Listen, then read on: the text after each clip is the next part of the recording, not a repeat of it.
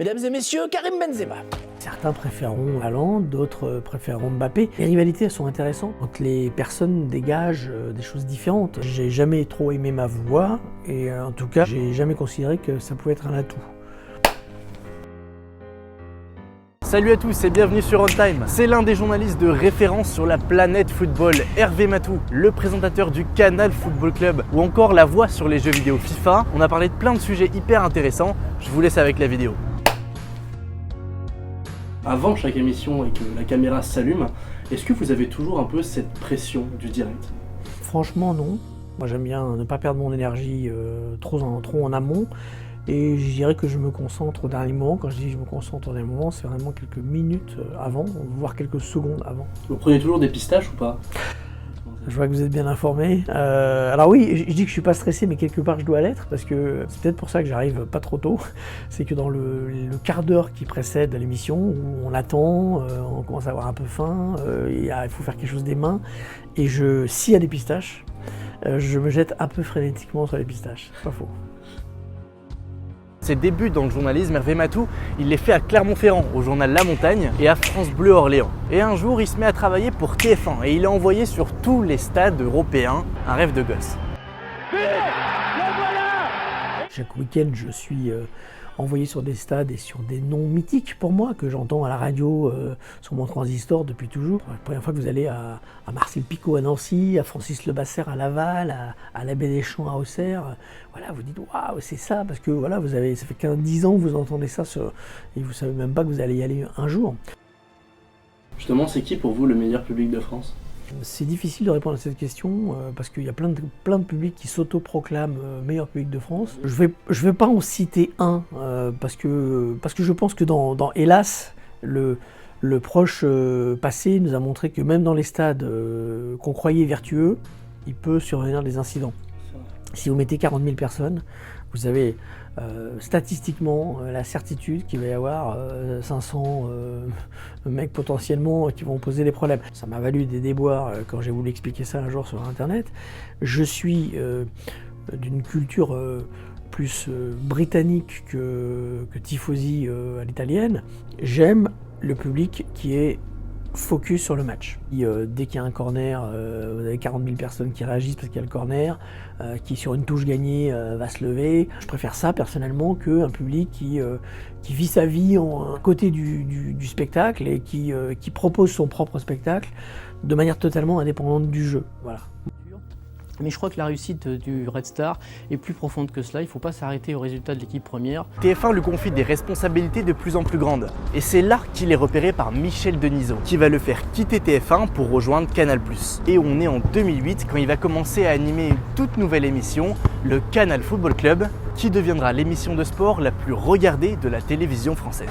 Bonsoir à tous, bienvenue dans le Canal Football Club. Puis tout au long de votre carrière, vous avez rencontré des joueurs de foot, beaucoup de joueurs de foot. C'est avec lesquels vous êtes vraiment entendu le mieux, hors peut-être des caméras?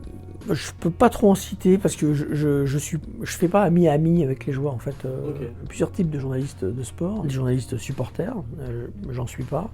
Il y a des journalistes qui ont du mal à sortir de leur posture d'enfants émerveillés et qui sont là face à leurs idoles, qui font copain-copain. Je suis un passionné de foot, bien sûr, on peut pas faire ce métier si on l'est pas, mais je considère que le foot est une matière d'information. Je suis plus un journaliste, je m'entends bien avec tout le monde, il n'y a pas de souci, mais je recherche pas spécialement la compagnie des joueurs.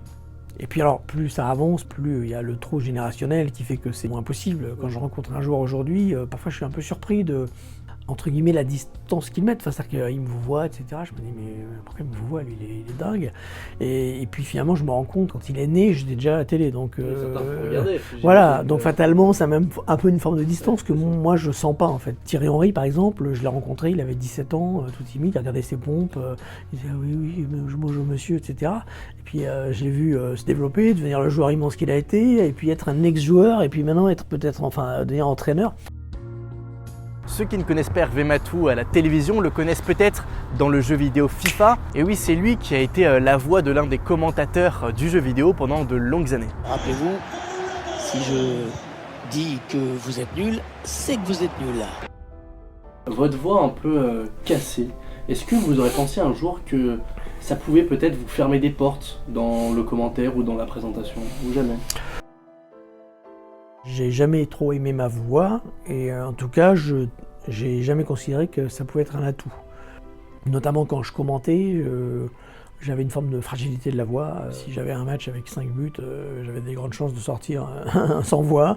Je me suis pas dit ça va me fermer les portes, mais je me suis dit putain, ma voix, honnêtement, et encore aujourd'hui, j'aime pas du tout entendre ma voix. Mais je crois que c'est un peu le cas de tout le monde. Alors qui est pour vous le meilleur joueur de foot au monde actuellement? Dites-le moi en commentaire. En tout cas, j'ai demandé à Hervé Matou de choisir entre les deux stars du Paris Saint-Germain, Kylian Mbappé et Lionel Messi. En valeur pure, aujourd'hui, Mbappé est meilleur que Messi.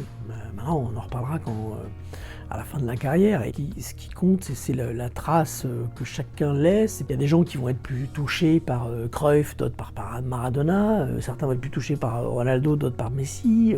C'est comme la peinture. Il y a certains vont être touchés par Rembrandt, d'autres par Dali. Il n'y a pas le gars qui est de manière absolument incontestable le meilleur de son époque. Alors encore plus de toutes les époques. Les deux joueurs, Haaland et Mbappé, ça va être une rivalité à suivre dans les prochaines années. Ça va être excitant aussi. Ouais, bien sûr. C'est Nadal-Federer. Hein. Voilà. Certains préféreront Haaland, d'autres préféreront Mbappé. Les rivalités, elles sont intéressantes quand les personnes dégagent des choses différentes. Messi, Ronaldo, c'est pas du tout le même type de joueur. Donc en fonction de sa sensibilité, on va se sentir plus proche de l'un ou de l'autre. Haaland, Mbappé, exactement la même chose. Je pousserais même ça sur les clubs. Barça, le Real, rien à voir. Marseille, Paris, rien à voir. Mais c'est pour ça que ces rivalités, elles sont intéressantes. Et c'est pour ça que ces rivalités, elles enrichissent le spectre des émotions. On n'a pas envie que l'un prenne le pas sur l'autre définitivement et tue l'autre. Parce qu'on tue la diversité. Et c'est super d'avoir les deux, quoi. Donc voilà, Haaland et Mbappé, ils vont se tirer la bourre. Faut pas oublier quand même que Mbappé a déjà été champion du monde, finaliste de la Coupe du Monde. Enfin, il a quand même une grosse avance purement de carrière sur Haaland.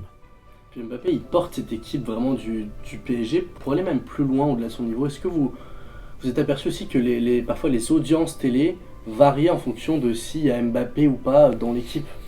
Est-ce que ça va jusque-là? Bon, c'est quand même, ça reste l'événement, l'importance du match qui fait l'audience. Après, l'impact sur l'audience, ça peut être que si Mbappé laisse l'équipe dans le match, les gens vont rester. S'il n'est pas là avec l'équipe et mené 3-0, les gens vont partir. En tout cas, ce qui est vrai, c'est qu'il y a un attrait pour le voir jouer, parce que Mbappé, c'est le foot dans le sens que c'est l'imprévisibilité, c'est le côté, même quand tu es désespéré, où tu te dis, ils n'y arriveront pas, dès qu'ils touchent la balle, tu te dis, il va se passer un truc, ils vont y arriver. Christophe Dugarry, Michel Platini, Habib Beye ou encore Laure Boulot, tous ont ou été consultants aux côtés d'Hervé Matou. Et c'est d'ailleurs assez fréquent que d'anciens footballeurs ou footballeuses deviennent consultants à la télévision. Est-ce qu'il y a des joueurs de l'équipe de France aujourd'hui que vous verrez bien peut-être à l'avenir dans ce rôle-là? Oui, il y en a fatalement. Il faudra attendre longtemps, mais Mbappé, je pense, sera un très bon consultant. Il faut avoir le goût pour le foot déjà, parce qu'il faut des consultants qui regardent les matchs. Il faut aussi des gens qui arrivent à faire la bascule entre joueurs et consultants. C'est pour ça que c'est très difficile d'anticiper. Il y a des gens dont vous pensez qu'ils vont être des super consultants, et puis finalement ils ne le sont pas parce qu'ils n'arrivent pas à trouver la bonne distance entre eux. Je dis rien parce que je suis du côté des joueurs et que parce que j'ai été joueur, je peux rien dire. Et arriver à apporter un regard critique. Quand je dis un regard critique, ça ne veut pas dire dézinguer. Ça veut dire juste pouvoir, en bonne intelligence, sans dézinguer le joueur, dire des choses en fait. Mais Samir Nasri, par exemple, chez nous, pour moi c'est la révélation sur les 2 dernières saisons. Enfin voilà, c'est quelqu'un qui est dingue de foot. Le moindre joueur qui joue au fin fond de la Bulgarie, il le connaît, il connaît son pied droit, son pied gauche, ce que le mec aime bien faire, enfin voilà. En plus, il a une liberté de parole qui est exactement ce qu'on recherche. Ouais. Merci beaucoup. Avec plaisir. Voilà, merci beaucoup d'avoir regardé cette vidéo. N'hésite pas à liker et à la partager à des personnes que tu connais qui sont passionnées de foot. Et n'oublie pas de t'abonner en activant la petite cloche des notifications pour ne pas manquer les prochaines vidéos. Et on se dit rendez-vous le mois prochain. Ciao, ciao.